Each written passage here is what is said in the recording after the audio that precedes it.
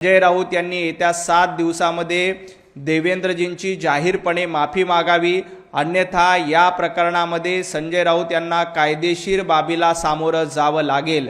ज्या पद्धतीनं दादा भुसे यांच्याबद्दल अशाच पद्धतीचं वक्तव्य केलं, मग कोर्टामध्ये जाऊन नाक घासून माफी मागितली, किरीटजी सोमय्या यांच्याबद्दल अशाच पद्धतीनं वक्तव्य केलं, नंतर कोर्टामध्ये जाऊन माफी मागितली, आता देवेंद्रजींबद्दल जे तुम्ही वक्तव्य केल्याबद्दल त्याबद्दल देखील तुम्हाला माफी मागावी लागेल।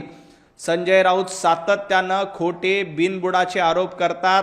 आता होळी जवळ आली आहे आणि होळीच्या पार्श्वभूमीवर नशा करून कदाचित काल संजय राऊत यांना जास्त नशा झाली असेल, म्हणून नशेबाजीमध्ये संजय राऊत यांनी आरोप केले असेल।